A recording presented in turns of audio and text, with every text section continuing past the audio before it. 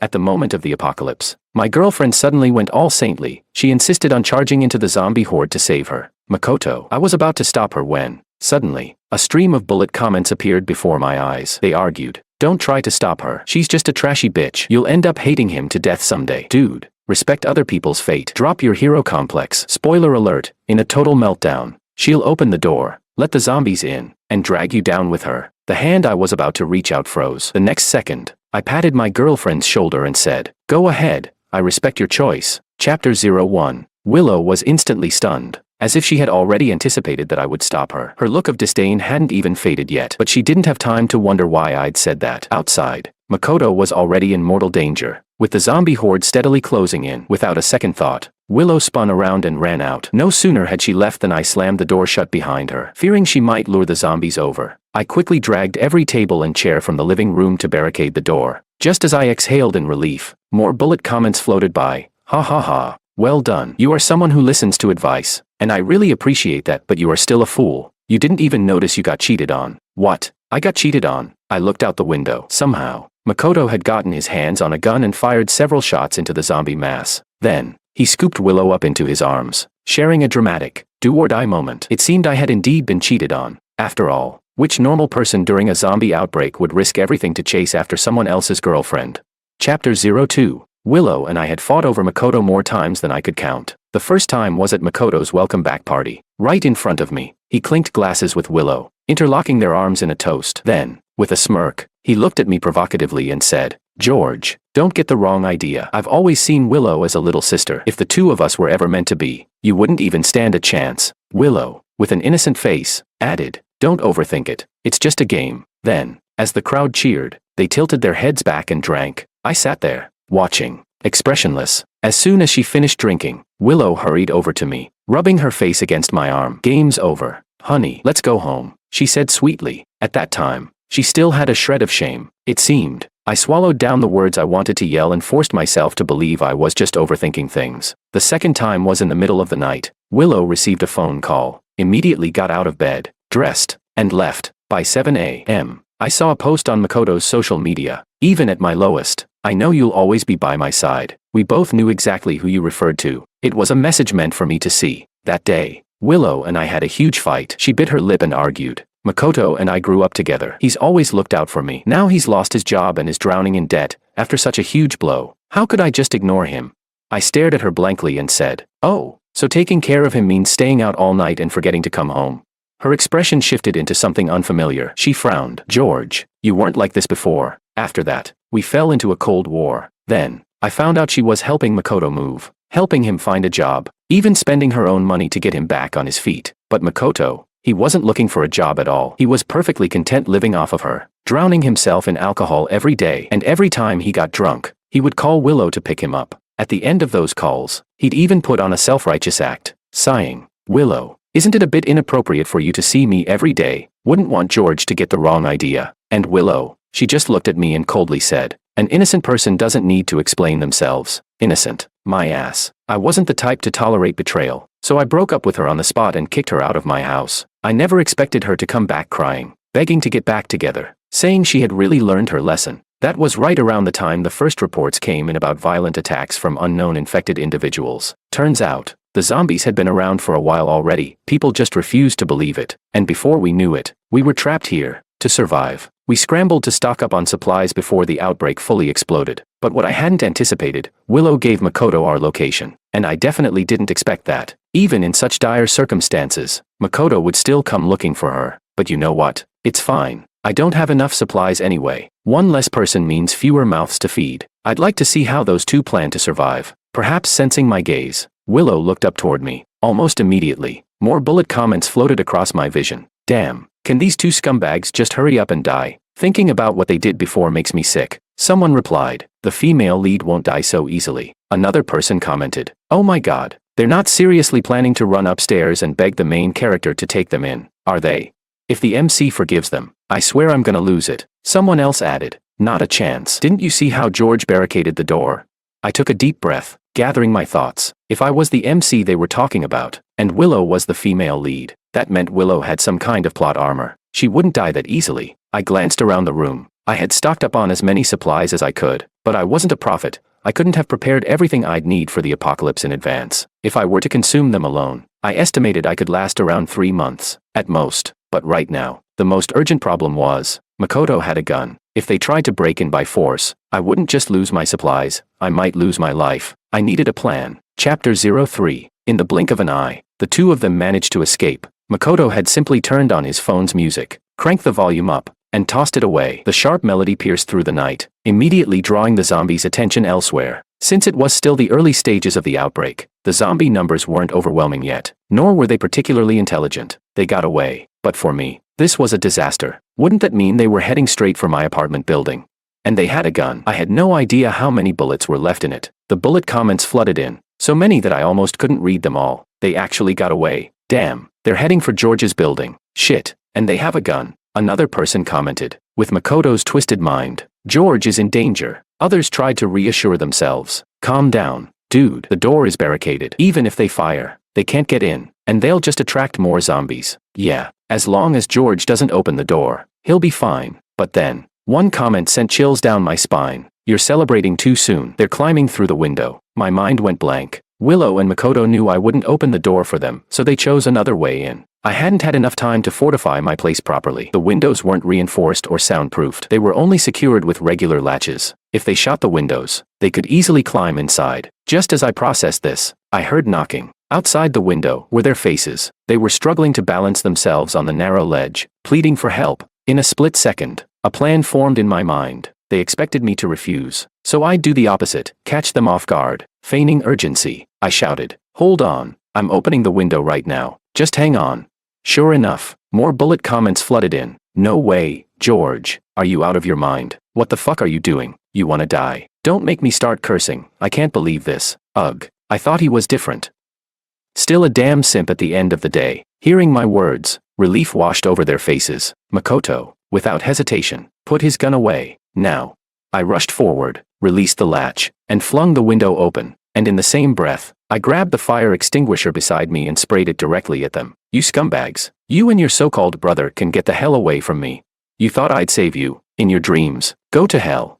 With their vision obstructed and hands scrambling for balance, they screamed, and then, they fell. I slammed the window shut and locked it again. Unfortunately, since I lived on the second floor, there was a grassy lawn below. The bushes cushioned their fall. Damn, they weren't dead, but the noise had already drawn some nearby zombies. I watched as Makoto, gritting his teeth through the pain, yanked Willow up and hurriedly dragged her into the neighboring apartment complex. Setting down the fire extinguisher, I patted my chest and exhaled. The bullet comments flared up again. Oh, playing with our emotions now. Huh. I swallowed back all the curses I was about to scream. I was ready to swing my 20-meter-long sword, but instead, I peeled an apple. Damn it, George, how dare you toy with us? Another comment read, all of you who just cursed at George, apologize now. Someone replied, I'm not apologizing unless he apologizes first. He tricked me so bad, I almost cried. Someone else wondered, but seriously, who keeps a fire extinguisher at home? That would be me. I almost burned down my kitchen once, so for safety reasons, I bought one and kept it in my apartment. It was because of that extinguisher that I came up with the plan. If I had confronted them head-on, I would have been at a huge disadvantage.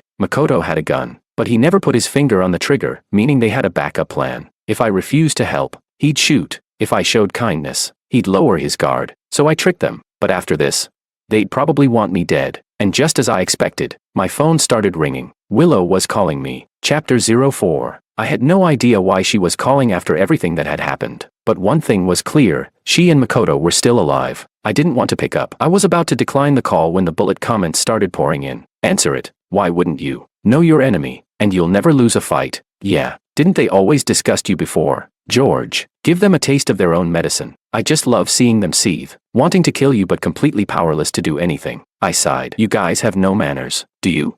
Still, I answered the call. Willow's voice came through almost immediately, her breath ragged, her tone shaky, laced with sobs. George, I can't believe you. How could you just leave us to die? I raised an eyebrow. Willow, why do you sound so weak? Are you about to die? Before she could respond in anger, Makoto's voice chimed in. Willow, I honestly didn't expect George to hate me this much. He actually wanted me dead. But tell me, have I ever really wronged him? After a pause, he continued. But I get it. He's just the type who needs to control everything. He can't stand his girlfriend having male friends. To get revenge. He'd throw morality out the window. He'd rather gamble with 2 human lives just to soothe his ego. Willow. This is the men you wanted to get back together with. I'm just being blunt. Don't take it the wrong way. I just despise people like him. Selfish. Small-minded. Abandoning his own girlfriend when it matters most. No sense of responsibility at all. Makoto is seriously out of his mind. I smirked and said, Makoto, I know you have a big mouth and can't keep things to yourself, but that doesn't mean you should fart with your mouth. And honestly, out of all the skills you could have learned, you mastered being a cheap bastard, and not just that, but the pretentious coquette bitch kind. You actually know she's someone else's girlfriend, and yet, you spent all your time getting cozy with her. Are you asking for a beating? Do you just love getting slapped around? And you, of all people, want to talk about responsibility, if you had any. Why'd you lose your job, rack up debt from online loans, and end up mooching off someone else's girlfriend? Willow jumped in, cutting me off. George, I only see Makoto as a friend. He was just telling the truth, and you got all worked up. Why are you like this? I shot back. Oh, so you're saying you two are just pure friends, and I'm the one with a dirty mind? Let me ask you, what kind of decent woman, already in a relationship, drinks a cross-arm toast with another man? What kind of decent woman spends the night at another man's place? If you posted your nonsense online, you'd be trending for all the wrong reasons. Oh, wait, he's a pretentious coquette bastard, and you're just cheap. A perfect match. Willow stopped crying. Instead, her voice rose with anger. I told you, he's my childhood friend. We've always been like this. Do you have to be this cruel? You're so vicious. I let out a cold laugh. The world was ending, and she was still this brain dead. You two being shameless is one thing, but being stupid too. Just now, didn't you have a gun? Weren't you planning to kill me? I defend myself, and suddenly I'm the cruel one. With how double-standard you are, your mothers must get polite greetings from strangers all the time. Fuck you. You. I hung up before she could finish. For a moment, the bullet comments fell silent. Then, like an explosion, they flooded my vision. Damn, George, that was epic. I love a main character with a sharp tongue. George really knows how to roast people. That was so satisfying. Another comment chimed in. Enjoying this too much. But now that George has completely burned this bridge, I don't think it's safe for him to stay here anymore. Chapter 05. I felt the same way. This was still the early stage of the apocalypse, and no one could predict what would happen next. But I had read enough zombie novels to know that in the best-case scenario, things would get under control in a few years. Worst case, it could take much longer. I wasn't some reincarnated survivor who had stocked up on supplies before the outbreak. Even if Willow and Makoto weren't trying to steal from me, my rations would only last about 3 months. Long-term survival was the real challenge. I sighed, deciding to eat first and think later. Too bad I didn't know how to cook. Most of the food I had bought was instant meals. So, I made a bowl of instant noodles, adding fish balls, sausages, eggs, and some greens. Just as I was enjoying my meal, a message popped up from Willow. We have no food. Can you spare some? For the sake of our past relationship. George, the supplies you stocked up on. I helped with that too. She was insulting me just minutes ago, and now she wanted my food. Was she mentally unstable? Did she really think I'd give her anything? There were zombies outside. Besides, if she voluntarily helped me stock up, that was her decision. What did it have to do with me? What's mine is mine. What's hers is still mine. So, I took a picture of my steaming hot bowl of noodles and sent it to her, replying, but I don't have much either. I thought Makoto risked everything to come find you because he had other plans. Willow responded. George, do you have to talk like this? I replied. Wait, are you telling me he really showed up alone, with no plan? He risked his life for love. Damn, I'm actually jealous of your epic friendship. Bullet comments popped up. Damn, this is pure evil. The sarcasm is killing me. Willow chose this path herself. Serves her right. George, whatever you do, don't help her. She's completely untrustworthy. Of course, I had no intention of helping her. By now, I was certain I was in a novel. Originally, the plot went like this. I was supposed to stop Willow from running to save Makoto. She wouldn't say anything at the time, outwardly appearing to accept the situation and waiting for rescue with me. But deep down, she'd resent me. Later, she'd realize she actually loved Makoto, and because I stopped her from saving him, she would hate me for it. Overwhelmed by despair, she would ultimately open the door and let the zombies in. According to the original storyline, before I was torn apart, she would glare at me with pure hatred and say, George, do you know how Makoto died? Now, taste what it's like to be devoured in despair. Yeah, that's how it was supposed to go. So, I needed to eliminate all threats to my life before they had the chance to kill me. I had to make sure they wouldn't sneak back in through the window at night. After finishing my meal, I quickly bundled up cotton and blankets, stuffing them against the windows. That way, even if they shot the glass, I'd have time to react. But that wasn't my only backup plan. The top floor of this building had an apartment I had rented. The lease hadn't expired yet. I had originally stayed there while overseeing renovations on this place. When Willow found me that day, I had just moved down, and back then, I had installed security cameras in the living room. I never told Willow about this. Even though she helped stock up on supplies, I always kept a backup plan for myself. I wasn't about to trust a woman who had already turned her back on me once. The downside, the top floor apartment didn't have as many supplies as this one. The upside, I was the only tenant up there, and since I worked from home, I had still kept a decent amount of food. But the real problem was, how was I going to move my supplies upstairs? How much could I carry? Would I attract zombies? As I was thinking, a message popped up in the building's resident group chat. Neighbors, does anyone have extra supplies they could spare? I just moved in after my apartment was renovated, and I have nothing at home. I know this is a big ask, but I swear I mean no harm. I'm willing to pay. I can pick it up using a drone if needed. The chat was silent for a long time. Everyone was wary. Who wouldn't be? In times like these, trust was fragile. Then, I had an idea. I replied, there are zombies outside. I'm sure many people are willing to help, but opening doors and making noise could attract them. Almost immediately, someone echoed my concern. Exactly. We're not unwilling to help, we're just afraid of drawing attention. Another person asked, by the way, do zombies have intelligence? Can they enter buildings? Can they break down doors? Before long, someone who seemed knowledgeable responded, I've watched a lot of foreign zombie shows. Early-stage zombies rely on sound and smell to detect movement. They don't have intelligence yet. In our neighborhood, there aren't that many of them, and the entrance doors have passcodes. They can't get in, and they definitely can't climb windows. So, I have a suggestion. Instead of isolating ourselves, we should work together. I bet most people here only have a few months' worth of supplies. Long-term survival will be tough. If we cooperate, we might last longer. I immediately replied, agreed. +1. More people followed. +2. +3. From the messages, it looked like only a few dozen households were actively speaking up. Some people were probably staying silent, wanting to keep to themselves. Understandable. No one dared to reveal their apartment numbers. So, to address the issue, the group decided that anyone willing to share supplies could drop them off at the rooftop at designated times. Those in need could collect them afterward. I didn't trust these people either, but I did need an excuse to move to the rooftop apartment. And right now, the elevators were still operational. No one would dare take the elevator, though, but me.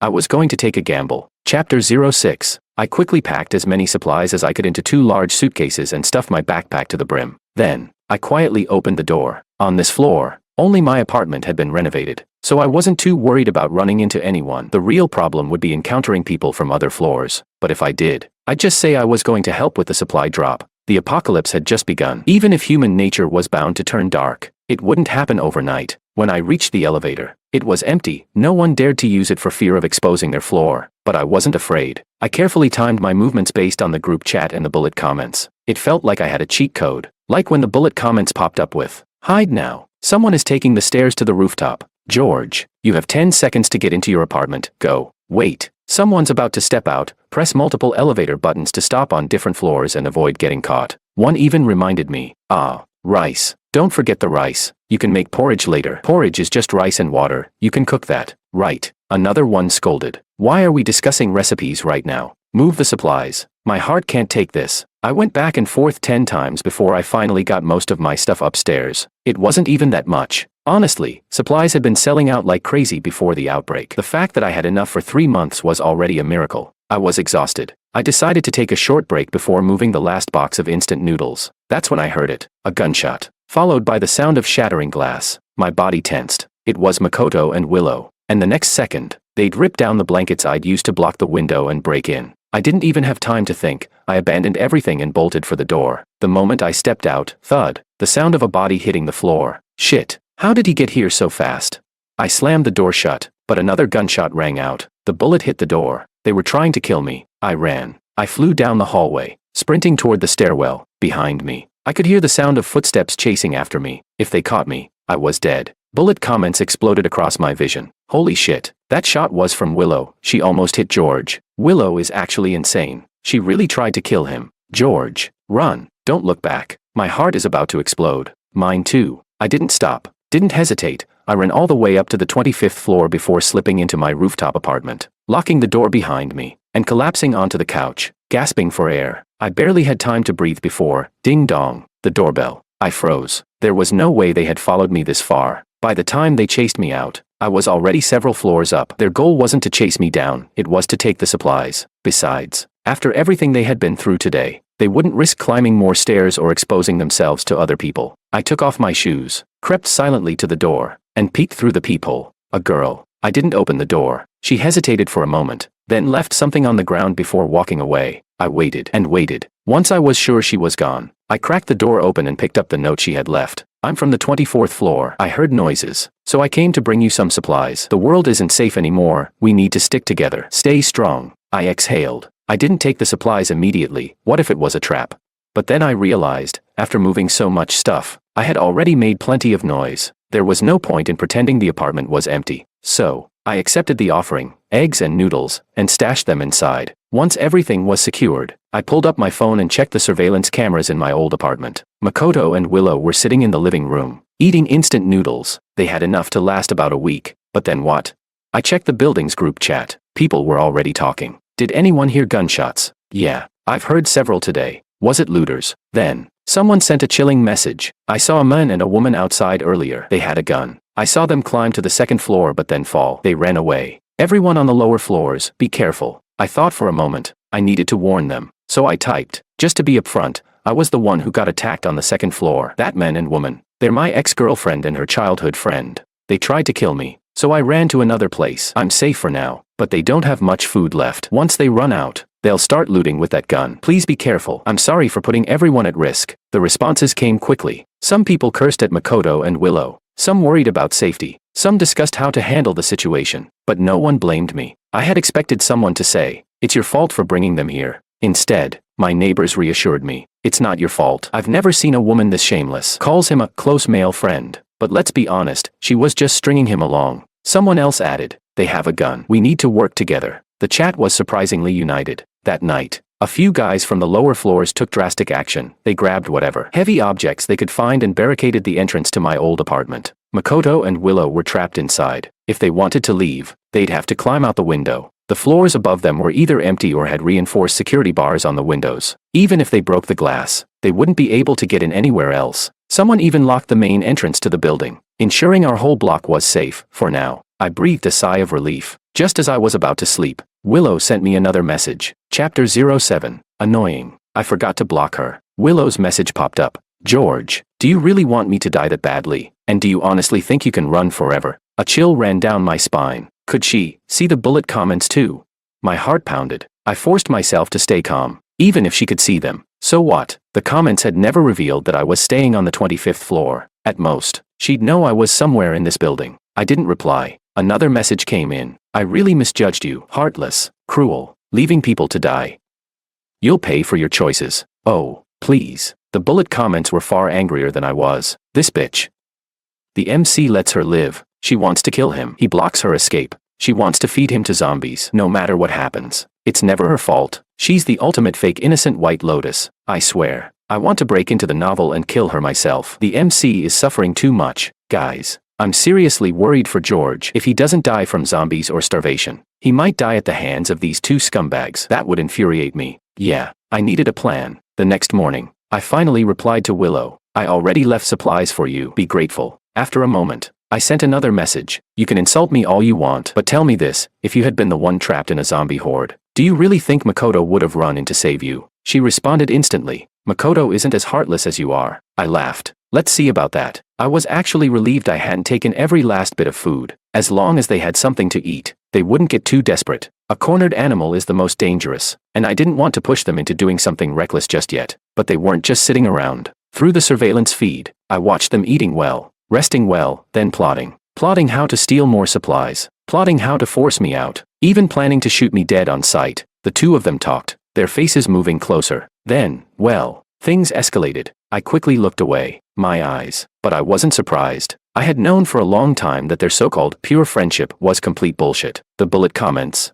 They lost their minds. There were so many expletives I couldn't even make out half of them. But before they could make their move against me, something else happened. A convoy of jeeps rolled into the complex. Men armed with real weapons jumped out, opening fire on the zombies in the area. Gunshots rang out, taking down dozens of zombies in mere seconds. Then, they set up camp right in our neighborhood. The building's group chat exploded. Who are these guys? Are they military? I peered through the curtains. They didn't look like soldiers to me, most likely. They were looters, a squad of survivors who raided others for supplies. Not everyone had been lucky enough to stockpile food. If this zombie outbreak lasted for months or even years, survival would become the only priority. And in a lawless world, there were always people willing to take instead of earn. I was still debating my next move when I saw something through the window. Willow and Makoto. They had jumped out of the second-floor window, and they were walking toward the armed men. Chapter 08. Bullet comments were flying in. I'm betting Makoto has defected, taken Willow with him. The next one read. Makoto probably snagged his gun from those guys. Right. Another added. Those people don't look like good guys. What now? Are they going to go floor by floor robbing everyone? Yet another comment chimed in. I'm done with this. One crisis isn't over and here comes another. With them coming down, it's clear they're out to get George. Sure enough, everyone guessed right. I then heard someone using a loudspeaker downstairs shout,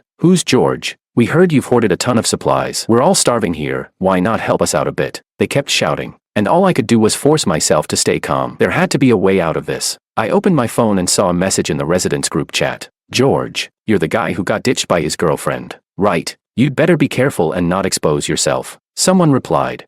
"Those people are the type that commit every atrocity imaginable. Our complex is now a huge safety hazard." Another added. "They're armed. If they force their way into our apartments, it could cost lives. We can't just sit and wait to be annihilated." They didn't even blame me, nor did they try to guilt-trip me into risking my life for them. In that moment, I felt a twinge of gratitude. My mind raced until a sudden idea struck me. I quickly typed. "They've only been clearing out the zombies from our complex." I recall someone in the chat mentioning they have a drone, and another saying that zombies use smell and sound to locate you. What if we use a drone to lure the zombies from somewhere else? Almost immediately, someone responded. "I'm in favor. Compared to zombies, the threat from those armed guys is far worse." Another chimed in. "Exactly. As long as we don't leave our apartments, zombies aren't our immediate threat. But these guys are armed, and now that they've set up camp, even if George goes out to deliver supplies, they won't spare any other residents. Everyone here is smart." Action was swift, with supplies being shared and a few residents volunteering their drones. A girl from the 24th floor, shyly, no less, stepped forward to help. She had already delivered supplies to me once before, and I was truly grateful. 2 drones were dispatched immediately. At the same time, as soon as the drones took off, I heard several rapid gunshots from downstairs. Someone shouted, "Not making a sound. Then don't blame us when we search every floor." Another voice yelled, "Residents on the first floor, don't say we didn't warn you. It's this George who's making you die first." To buy some time, I hurriedly dialed Willow's number. I said, "I can deliver the supplies, but I have one condition." Barely had I finished when someone on the other end asked, "What condition?" It seemed they all thought we residents were just sitting ducks for them, treating this as a chance to savor my last struggles before I inevitably died. And for them, that was apparently entertaining. As they wished, my voice trembled as I pleaded. Don't kill me." At that moment, Makoto snatched the phone and laughed. "Don't kill you, George, when you want me dead. You sure aren't saying it like that." He always found a way to take a jab at me, and he wasn't about to let this chance slip by. I silently scanned the group chat and listened to him go on. He said, "Some people are so selfish and petty, letting a minor personal grudge cost someone their life. And when things get critical, they turn into spineless little rats, all meek and submissive." Right, Willow. I told you before, you trusted the wrong person. Not like me. I came all this way to rescue you, to kill zombies, to climb and jump through windows, to protect you, yet you keep getting deceived by a guy like him. I said nothing. I wasn't in the mood to listen to his whining. Then Willow took over the conversation. She said, "George, you need to sincerely apologize to Makoto, and of course to me, too. Hand over all your supplies, and I'll try to convince them to let you go. But you really went too far before. From now on, it's every man for himself. Apologize." I immediately cranked up my tone on the phone and fired back.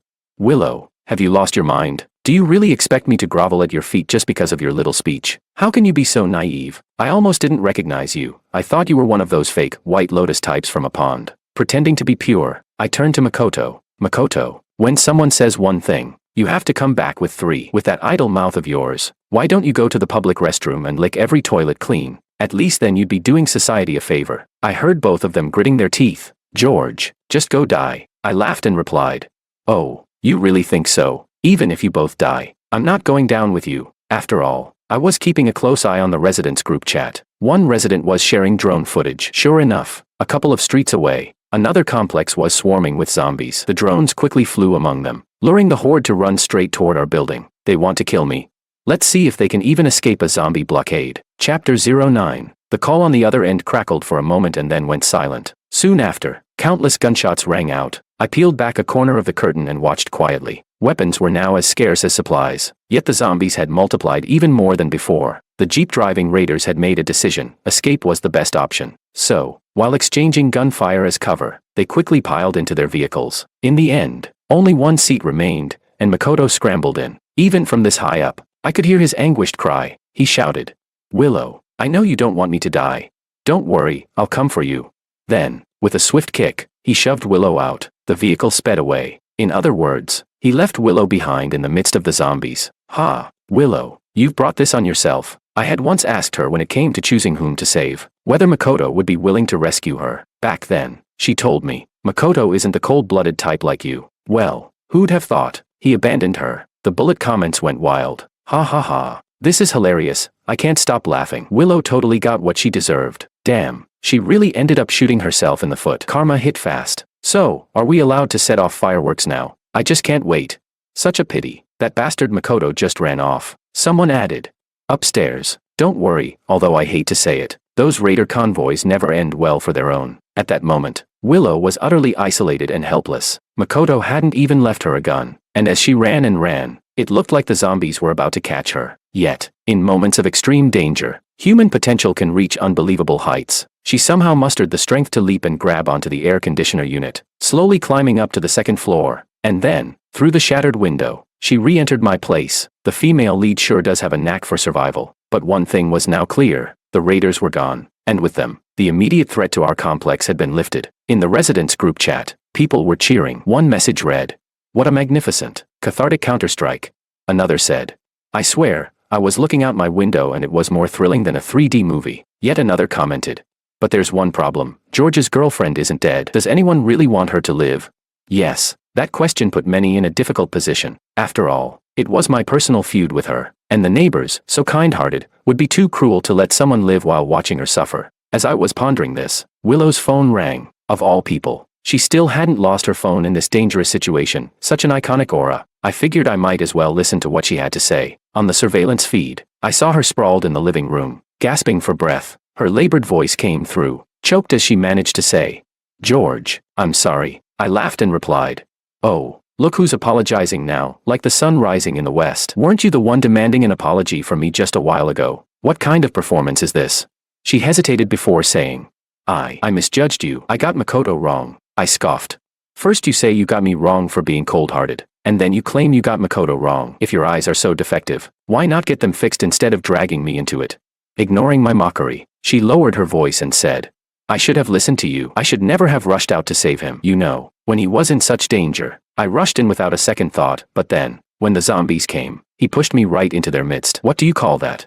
I could only reply, "What do you call it? That's love." Before long, she burst into uncontrollable sobs, crying out, "George, Makoto and I have known each other since we were kids, and yet he treated me like this." There it went again, first blaming me, then someone else, never once taking responsibility for her own fickle nature. If only, after breaking up with me, she hadn't begged for a reunion only to keep being unfaithful all along, I might have spared her some respect. But what did I get? Torn between not letting go of me and becoming intimately entangled with Makoto. What a despicable, two-faced woman. Then she pleaded, "George, I'm sorry. Can we start over? I promise I'll listen to you from now on. Please, I miss you so much. George, please forgive me." I couldn't help but be amused. Really, who would want a fickle woman like her? Yet she treated my place like a dumping ground for her mess. I almost burst out laughing as I said, "Where do you get the nerve to think we can start over? Do I look like I need you in my life?" Then, with a heart-wrenching cry, she added, "George, you wanted me to die so badly. When I went out to look for him, you deliberately didn't stop me, didn't you?" That really set my blood boiling. I gritted my teeth and spat. "Listen, do you even speak human? It sounds like your IQ got snipped along with your umbilical cord. If I tried to advise you, you'd just accuse me of being heartless for not saving you. And if I didn't advise you, you'd say I'm cold-blooded. So, is it that every good word I say gets twisted by you?" But she, as if unable to understand a single word I said, continued her pitiful whining. "George, it's all my fault anyway, but I need you to know that the one I've always loved is you." I feel like I'm about to break down completely. Chapter 10. I couldn't be bothered to curse back, but the bullet comments were far nastier than I ever could be. One read, "I can't take it anymore, my advice is to just go die." Another said, "When she's sleeping with someone else, why doesn't she ever say she loves George?" Yet another commented, "I'm so disgusted I could vomit. Seriously, she's got the brain of a pig, she just doesn't have any." And one more added. I can't stop laughing. When Makoto and her were plotting how to shoot George, why didn't she say she loved him? Someone even shouted. Is she ever going to die? If not, I'm sending a blade to the author. Frankly, I wasn't interested in saving her. There were still unopened bowls of instant noodles in that apartment, enough for her for a few days. From now on, let her fend for herself. That's exactly what she said to me when she demanded I apologize to them. And now it was coming back around on her. Karma really does take its turn. I was exhausted from the day, so I collapsed and slept. The next morning, I saw a message from Willow. George, see you in the next life. I frowned in disgust, feeling so sick that I nearly couldn't eat breakfast. I quickly pulled up the surveillance feed on my phone and discovered that Willow had turned into a zombie. Sure enough, the bullet comments confirmed it. Ha ha ha. Serves her right. Karma's fast. Author, you really get us. Told her to die, and she died immediately. This is awesome. She still managed to become a zombie and terrorize people. Why didn't she just starve instead? It turned out that what she meant by not holding on yesterday was exactly this, but I couldn't feel happy about it. She was still wandering around my living room like a mindless corpse. I quickly reported the incident to the residents group chat. The drone guy was dispatched once more. This time, someone tearfully contributed some duck blood, the kind you use for hot pot, as bait. Finally, they managed to lure zombie Willow out of the window. I watched her shambling outside like a walking corpse, sighed deeply, and slowly closed the window. Thank goodness the government hadn't completely given up. Despite the usual power, water, and internet outages, there were still occasional airdrops. At first, it was just seeds for vegetables and fruits. Then, everyday supplies began arriving. Some people, bored out of their minds, even started building shelters on the rooftop to cultivate and breed new varieties. In our building, the residents banded together, sharing, helping one another. Together, we survived for 3 long years. We held off the zombies, until one day, a jubilant broadcast announced that the apocalypse was officially over. That day, I even asked everyone's help to remove the barricade from outside the second-floor door. When we opened the door, a huge cloud of dust swirled into the air. I found Willow's phone. After charging it fully, I saw what had become of Makoto. After he left, he joined those raider gangs, burning, looting, and pillaging to snag supplies. Then, an accident injured him badly, and he ended up with a broken leg, rendered disabled. He couldn't even walk properly. His final messages were desperate pleas for Willow to save him. But by then, Willow had already become a zombie, and maybe he even tried to shoot her. In the end, he sent no more messages. In this apocalypse, amid raider convoys, the worst aspects of human nature only magnify. They wouldn't bother keeping a useless dead weight around. So, bringing him along was only useful for their own purposes. As supplies dwindled further, Makoto's fate was all but sealed. I, along with everyone else, endured until spring finally arrived. But as for him and Willow, they chose the path of foolishness. In the end, they brought their fate upon themselves. No one escapes karma. On the community lawn, we all sang out in unison, celebrating the arrival of another spring.